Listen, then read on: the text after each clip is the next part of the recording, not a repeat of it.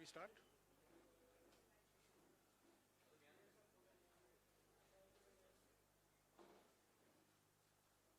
नमस्कार साथियों, आज आपको डॉक्टर अभिषेक मनु सिंघवी जी और राजस्थान के मुख्यमंत्री अशोक गहलोत जी संबोधित करेंगे।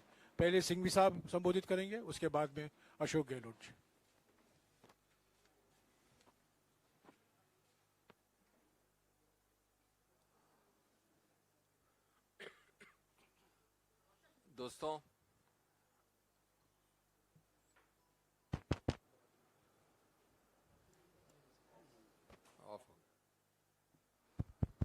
दोस्तों, बहुत संक्षिप्त में, हिंदी में और फिर इंग्लिश में बहुत संक्षिप्त में बोलूंगा मैं। सुनाई दे रहा है? नहीं दे रहा है? सुनाई दे रहा होगा। दोस्तों, संक्षिप्त में मैं आपको हिंदी फिर इंग्लिश में संबोधित करूंगा। 16 तारीख को सुबह माननीय राहुल गांधी जी को एक नोटिस दिया गया। उस नोटिस में करीब करीब 2 पन्नों जितने लंबे प्रश्न थे। वो प्रश्न कई ऐसे मुद्दे उठा रहे थे कि भारत जोड़ो यात्रा में जो कि लाखों लोग मिले राहुल गांधी जी से, उनके विषय में कुछ विक्टिम्स के बारे में, उनके नाम, उनकी जगह, क्या वारदात थी, इत्यादि इत्यादि। उस पर मैं अभी आऊंगा। लेकिन ये हुआ 16 को। दिल्ली पुलिस ने आके ये नोटिस दिया उनको कि हम आपसे चाहते हैं इन प्रश्नों का उत्तर। ये प्रश्न थे राहुल जी के उस वक्तव्य के विषय में जहां उन्होंने कहा था कि कई महिलाएं जो मिलती हैं वो डोमेस्टिक वायलेंस की बात करती हैं, बलात्कार की बात करती हैं और परिवार में उत्पीड़न की बात करती हैं।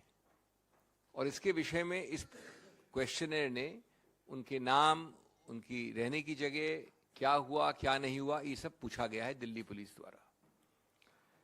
आज फिर 19 तारीख को सुबह वही दिल्ली पुलिस के दस्ते और उनके साथ कुछ और लोग आए वही प्रश्न वापस पूछने के लिए, एक नया नोटिस लेके।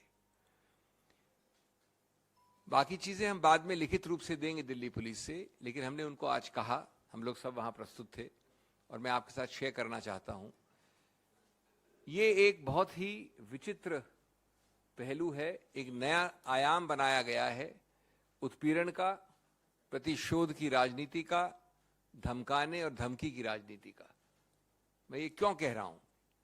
मैं इसलिए कह रहा हूं कि इसका प्रथम बिंदु है कि एक 4000 किलोमीटर की यात्रा, 12 प्रदेशों, 2 यूनियन टेरिटरीज, जिसके दौरान श्री राहुल गांधी लाखों करोड़ों लोगों से मिले, 140 दिन तक चली। उसके विषय में 2 दिन में, 3 दिन में 2 बार आना और प्रश्न पूछना कि वो कौन महिलाएं थी, कब हुआ, कैसे हुआ उनके साथ, आपने ये किया वो किया, उसके विषय में कंप्लेंट कहां की, कब की, इत्यादि इत्यादि। हमको सबको लगा और हमने पुलिस दस्ते से भी कहा कि जरा बताएंगे कृपा कि आपने कितनी ऐसी राजनीतिक अभियानों के विषय में ऐसे प्रश्न पूछे हैं, सत्तारूढ़ पार्टी से विशेष रूप से या किसी और अभियान और यात्रा के विषय में। ये अगर राजनीतिक प्रतिशोध नहीं है, उत्पीड़न नहीं है, धमकी की राजनीति नहीं है, तो क्या है? दूसरा, जैसा आप जानते हैं कि जब लीडर एक राजनीतिक अभियान करते हैं तो हर पक्ष के लाखों लोग उनके सामने आते हैं। कई की अलग अलग कंप्लेंट्स होती हैं, कई के अलग अलग दस्तावेज होते हैं, कई के अलग अलग भावनाएं होती हैं। उन सबको सुनना पड़ता है और जहां संभव होता है वहां पर जो लोग चल रहे होते हैं साथ, उनको कहा जाता है कि आप ध्यान दें इसमें। कोई भी लीडर हर इंडिविजुअल कंप्लेंट के विषय में यात्रा रोककर कोई एक्शन नहीं लेता है, न लेना संभव है, न ये किसी के दिमाग में भी आता है। और न आज तक मैं समझता हूं 70 वर्ष 75 वर्ष में भारतवर्ष में इस प्रकार के बेहुदे प्रश्न किसी सरकार या किसी पुलिस फोर्स ने पूछे हैं किसी अभियान, किसी लीडर से। तीसरा पहलू जिस वक्तव्य का संज्ञान लिया गया है इस क्वेश्चनर में, वो 30 जनवरी के श्रीनगर के वक्तव्य के बारे में कहा गया है। तो 30 जनवरी के श्रीनगर के वक्तव्य के बारे में दिल्ली पुलिस अभी लगता है जगी है 45 दिन बाद, और 45 दिन सुप्त होने के बाद और इतने दूरी के बाद जगने के बाद दिन 2 बार 3 दिन के अंदर पहुंच गई है। अब बहुत ज्यादा जल्दी है उनको, 45 दिन तक कोई प्रश्न नहीं, कुछ नहीं। ये तो आप ही निर्णय ले सकते हैं कि ये अचानक इतनी ज्यादा अलर्टनेस और गति और दिशा कैसे मिल गई दिल्ली पुलिस को। क्या वो राहुल गांधी जी के प्रश्नों से जो पार्लियामेंट में वो करते हैं, उनके संबोधनों से, उनके भाषणों से, या जो आजकल एक विशेष फोकस राहुल गांधी जी के ऊपर है सरकार का, उस कारण से, जो वो डिफिकल्ट अनकंफर्टेबल प्रश्न पूछते हैं, उस कारण से ये अचानक दिल्ली पुलिस पहुंच गई है 45 दिन बाद। और हम इसकी भर्त्सना करते हैं। हम निश्चित रूप से जितने भी तथ्य हैं, जितने भी डिटेल्स हैं, उनको जोड़कर एक विस्तृत जवाब देंगे। लेकिन आज हम आपके समक्ष इसलिए आए हैं कि हम इस चीज की भर्त्सना करते हैं कि राजनीति को किस स्तर पे आपने गिराया है, किस प्रकार से आप हैरेसमेंट पे लगे हैं, और किस प्रकार से आपने किसी सीमा को नहीं छोड़ा है। ये पूरा देश देख रहा है। राहुल गांधी जी के जो वक्तव्य पार्लियामेंट के अंदर हैं या बाहर हैं, उनका आप एक प्रकार से प्रमाणित कर रहे हैं। असहिष्णुता की चरम सीमा हो गई है, उत्पीड़न और धमकी और प्रतिशोध की भी। तो हम बाकी रिप्लाई अपने विस्तृत रिप्लाई में देंगे, जो आपके साथ बाद में शेयर होगा।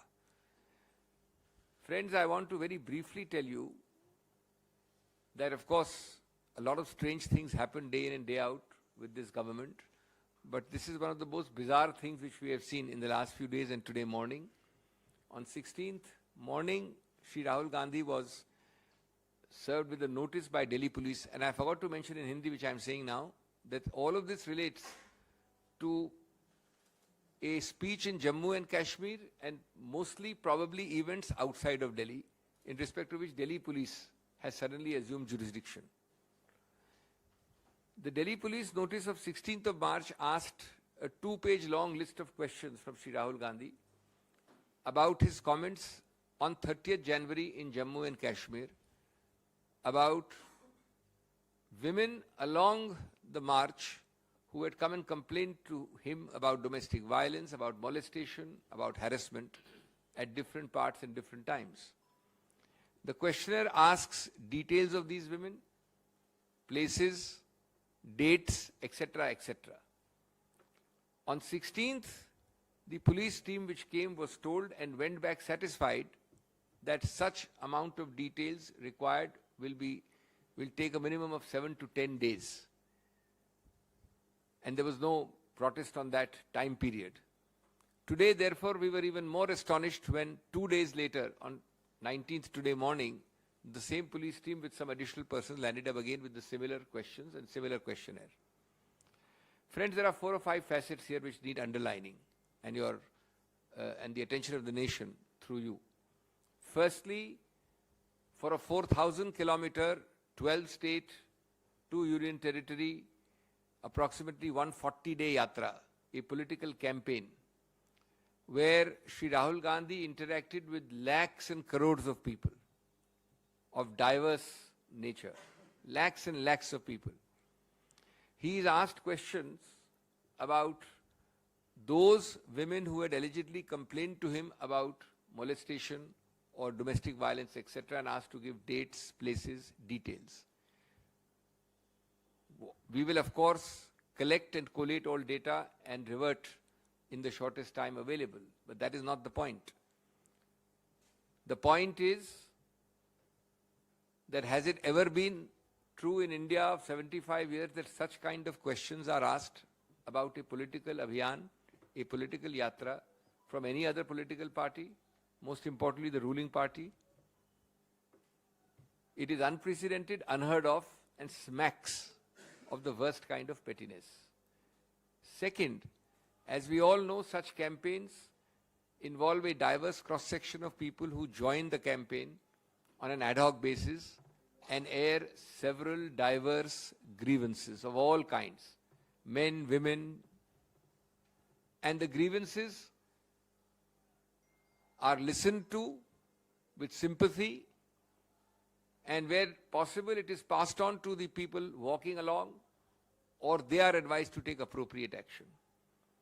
I don't think any political leader in a campaign is expected to stop instantly and seek recourse to law on the basis of the several interactions and complaints and things told to him during the campaign. That is why we are very clear that it smacks of the worst kind of political vendetta, harassment, the politics of threat, intimidation. Fourthly, the Delhi police, which appears to suffer from a complete lack of jurisdiction, at least for the present till we collate the details, seems to have woken up at least 45 days after the 30th of January Jammu and Kashmir speech at Srinagar, which is quoted in the questionnaire sent to Sri Rahul Gandhi. For 45 days, the Delhi police had no problem. And now, on the 16th, having agreed with Sri Rahul Gandhi's request for about 10 days to respond, they land up again today morning. This is only to sensationalize, to create a climate of fear and intimidation. And the urgency is hyper now after having waited for 45 days.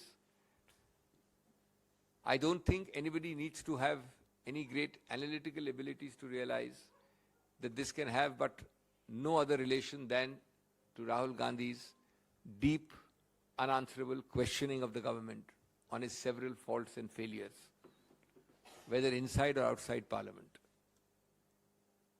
This can have no other connection except a sudden special affection and focus on Sri Rahul Gandhi by the ruling dispensation in the last few weeks.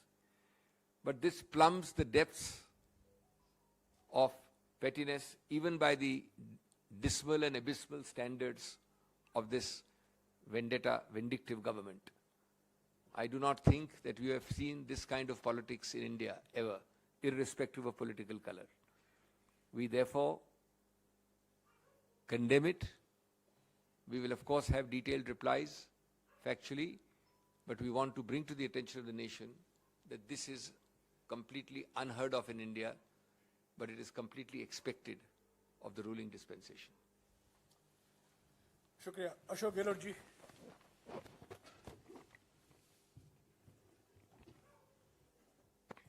अभी अभिषेक मनु सिंह जी ने सब बात आपको विस्तार से बताई।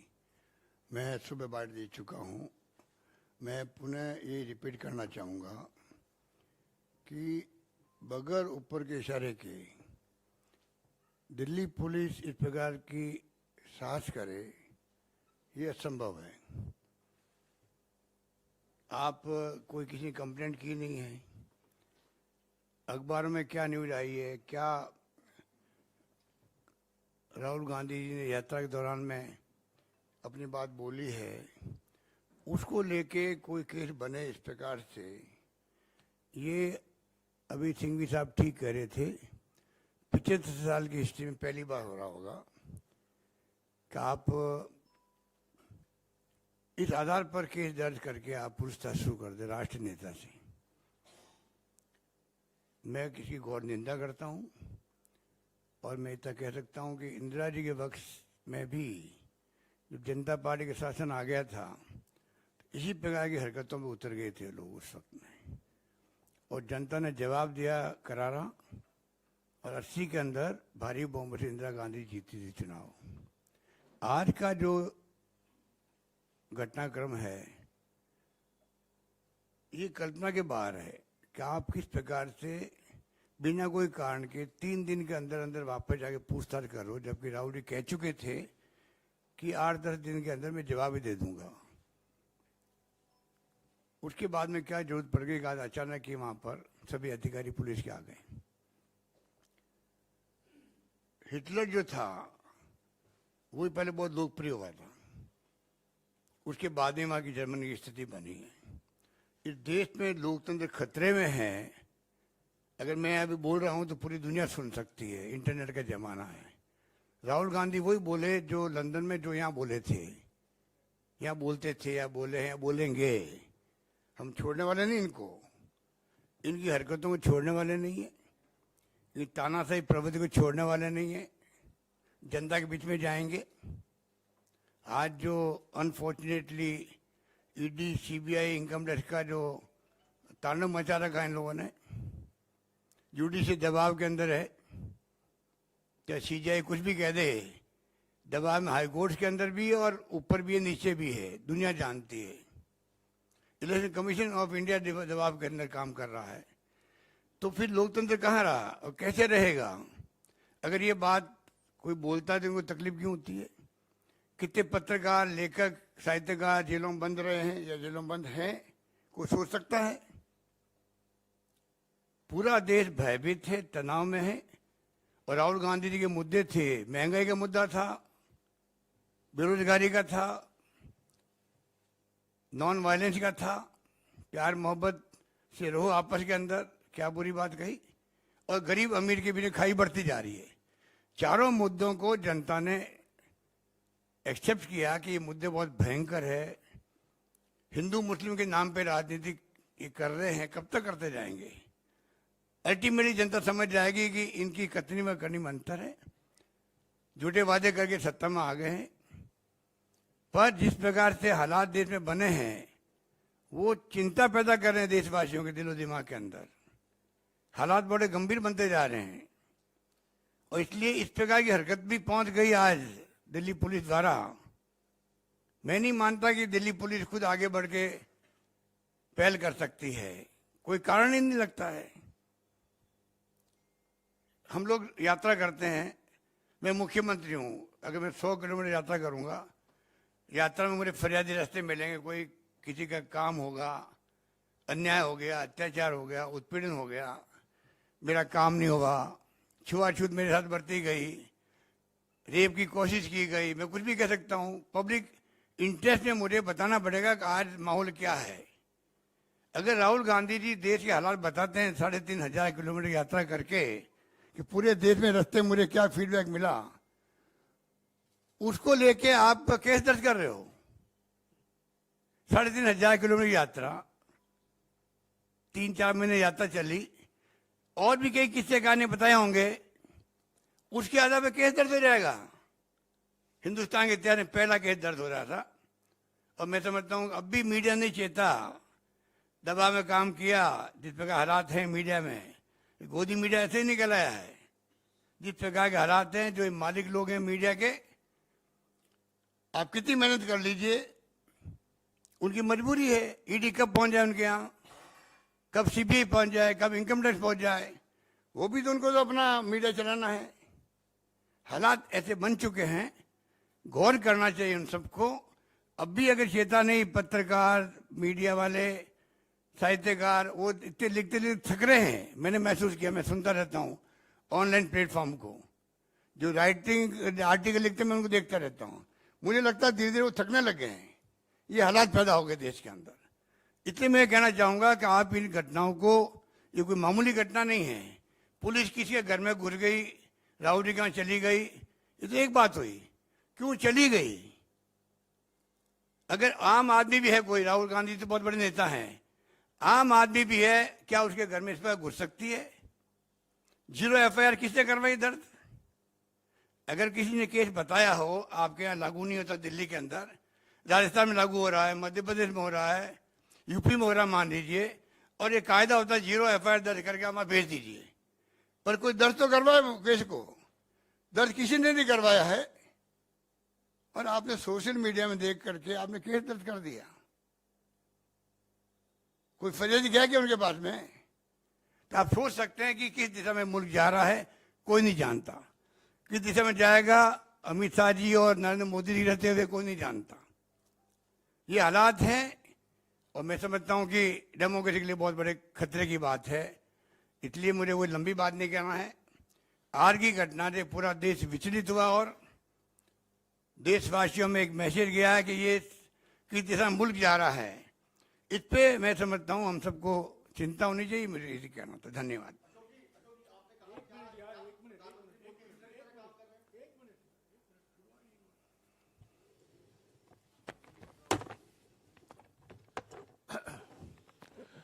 साथियों, अभिषेक सिंघवी जी ने और अशोक गहलोत जी ने आपको विस्तार से कहा है कि ये जो मिसाल है, जो घटना है, मोदी सरकार की प्रतिशोध, धमकी और डराने की जो राजनीति है, उसका एक मिसाल है। मैं एक बात इससे जोड़ना चाहता हूं कि ये जानबूझकर किया जा रहा है ताकि जनता का ध्यान, देश का ध्यान, पार्लियामेंट का ध्यान अडानी घोटाले से और कहीं ले जाया। जब से 16 पार्टियों ने एक होकर, एकजुट होकर जेपीसी की मांग की, जब से राहुल जी ने करीब 50 मिनट तक अडानी घोटाले पर लोकसभा में अपनी बात रखी, तब से ये रणनीति अपनाई है मोदी सरकार ने, मंत्रियों ने। उनको बदनाम करने में लगे हुए हैं।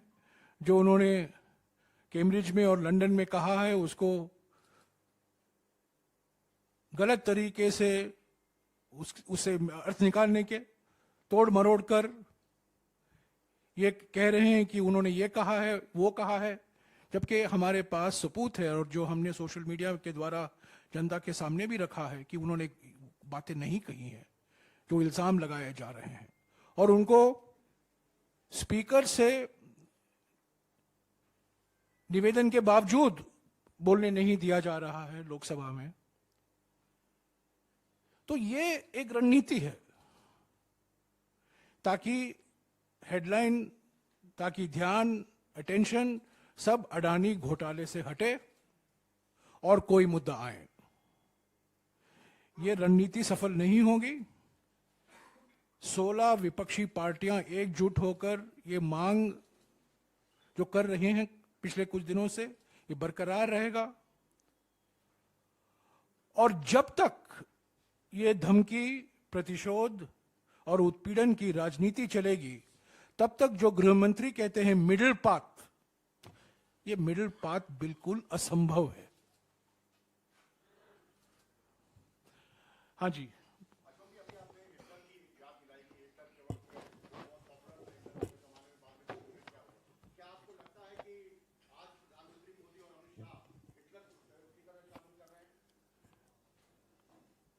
जो हालात बने हैं 9 साल के अंदर, जिस रूप में कानून का राज लगता आपको, जिस प्रकार से घुस जाते हैं ईडी वाले घरों के अंदर, इनकम टैक्स वाले पड़े रहते हैं वहीं पर, निकलते नहीं हैं। वो क्या ऊपर से आदेश आएगा तब निकलेंगे हम तो। सीबीआई वाले घुस जाते हैं घरों के अंदर, वो क्या रहता तमाशा। और एक नया मॉडल शुरू कर दिया अमित शाह जी ने, सरकार गिराने का। कर्नाटका, महाराष्ट्र, मध्य प्रदेश, नया मॉडल इन लोगों का। हॉर्स ट्रेडिंग करके सरकार को गिराओ, ये लोकतंत्र है यहाँ पर। ये तो ठीक है, सरकार बढ़ गई राजस्थान की, कमी नहीं रखी इन लोगों ने गिराने के लिए राजस्थान सरकार को भी। इसलिए आज हालात बहुत गंभीर है, सोचना पड़ेगा सबको, और सोचने का समय आ गया है।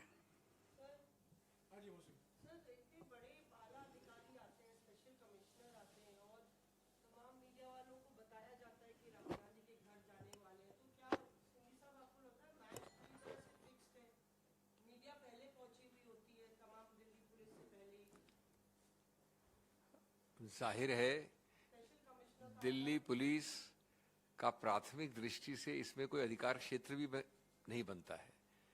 दिल्ली पुलिस 2 दिन पहले आके ये मान के गई कि 10 दिन बाद आएंगे या 8 दिन बाद देखेंगे। अब आपने बाकी जो उदाहरण दिए उन सबके साथ दूसरी बार 3 दिन में पहुंच गई है। उनको मालूम है कि ऐसी यात्रा के विषय में ऐसे प्रश्न नहीं पूछ सकते, और अगर पूछें तो पर्याप्त समय देना पड़ेगा। उनको ये भी पूरी तरह से मालूम है कि जो उन्होंने खुद लिखा है वो 45 दिन पहले की घटना है। तो मैं समझता हूं कि इसमें प्रतिशोध के अलावा कोई कारण हो ही नहीं सकता, और ऊपर से इंस्ट्रक्शंस आए हैं। मैं कोई स्पेशल कमिश्नर के बारे में थोड़ी कह रहा हूं, मैं किसी कांस्टेबल के बारे में थोड़ी कह रहा हूं। ये तो सीधे ऊपर से इंस्ट्रक्शन आते हैं। मैं तो उनकी गलती भी नहीं मानता, जब गलती तो उनकी है जो उनके मास्टर्स हैं।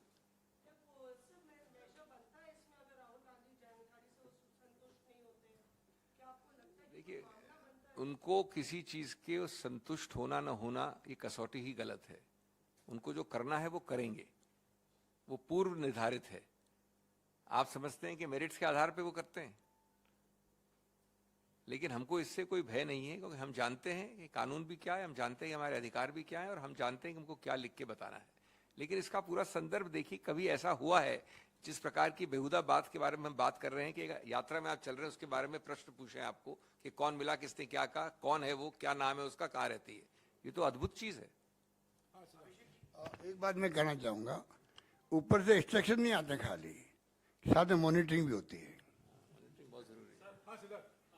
जब आप कह रहे हैं कि एक राजनीतिक लड़ाई है और आप उस दौर से निकल कर आए जब आपने इंदिरा गांधी का जमाना भी देखा, आप उसका जिक्र कर रहे हैं, तो आप इस राजनीतिक लड़ाई को कैसे लड़ेगी कांग्रेस पार्टी? सिंघवी साहब बैठे हैं, बता रहे हैं लीगल लड़ाई कैसे लड़नी है, क्या ऑप्शन है, लेकिन राजनीतिक लड़ाई को आप कैसे लड़ेगी? क्योंकि राहुल गांधी के घर पे पुलिस का पहुंचना, राहुल गांधी को नोटिस देना, ये कोई आम बात नहीं है। जो आप और आप सब लोग भी वहां पहुंचे और आमने सामने की ये बात है, आप लोग कह रहे हैं मॉनिटर का होता है, सारी मॉनिटरिंग भी होती है, तो आप लड़ाई कैसे लड़ेंगे? देखिए, ये आपने ठीक कहा, ये मामूली घटना नहीं है, ये मामूली घटना नहीं है। मैं तो अगर आम नागरिक के यहाँ भी जाते इस प्रकार से, उसको मैं मामूली घटना नहीं मानता। कानून सबके लिए समान होता है। पर सवाल इस बात का है कि गए क्यों और केस क्या है जिसके लिए सिंघवी साहब ने बताया आपको। जब केस बनता ही नहीं, कोई स्टेटमेंट देते हैं, मान लो पॉलिटिकल मंत्री देता है, मेंबर पार्लियामेंट देता है, एमएलए देते हैं, भाई कि ये हालात है, विपक्ष के राज्यों में रहते हैं, हम क्या बोलते हैं, ये तो बोलते हैं। अगर एमएलए एमपी दूसरे राज्यों में जाएंगे जहाँ के एमपी नहीं है, वो अपनी पार्टी के आदेश पर वो जाके अगर राहुल गांधी की तरह बताएंगे कि राजस्थान में देखिए ये मैंने सुना, ये सुना, ये सुना, क्या राजस्थान की पुलिस उनके ऊपर केस दर्ज कर देगी? कोई जवाब है इनके पास में?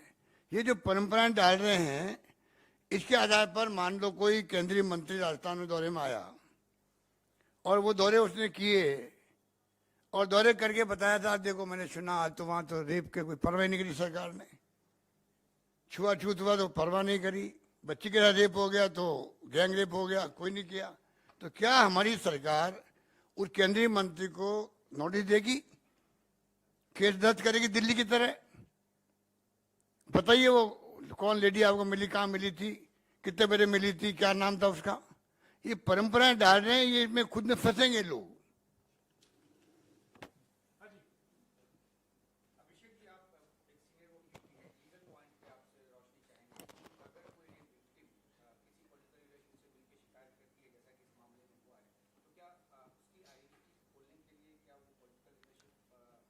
देखिए, पहला लीगल एक संदर्भ में होता है। इस प्रश्न का उत्तर मैंने अभी दिया और इसके तुरंत बाद अशोक जी ने दिया। संदर्भ क्या है? संदर्भ है एक पॉलिटिकल राजनीतिक अभियान।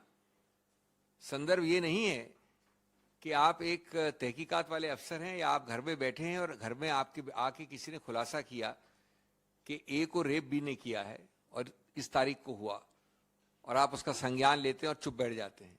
एक यात्रा में आरोपित, अब सच्चाई क्या है अभी तो सिर्फ एक क्वेश्चनर आया है, लेकिन पुलिस का ये कहना है कि जिसने आके आपको क्या पूछा, क्या बताया, कौन है, ये यात्रा के संदर्भ में तो कभी कोई कानून, कोई भी नहीं कोई कानून कह सकता कि कोई यात्रा कर रहा है व्यक्ति तो वो कोई गलत काम या गैर कानूनी काम कर रहा है अगर वो यात्रा तुरंत रोक कर सबसे निकटतम पुलिस स्टेशन में जाके दर्ज नहीं करवाया एफआईआर। ये कभी सुना आपने? ये तो आपका कॉमन सेंस ही बताता है आपको। और दूसरा, ये तो सिर्फ बहाने निकाले जा रहे हैं हैरेसमेंट के, प्रतिशोध के, उत्पीड़न के, और तीसरा उसके लिए समय नहीं दिया जा रहा है। ये दूसरे बार 3 दिन में आना, जैसा उन्होंने कहा कैमराज और कमिश्नर और ये और वो, ये सब सिर्फ एक माहौल बनाने के लिए, हैरेसमेंट, धमकी, भय इत्यादि। तो संदर्भ देखना जरूरी है, कानूनी सिर्फ नहीं होता, संदर्भ में होता है वो।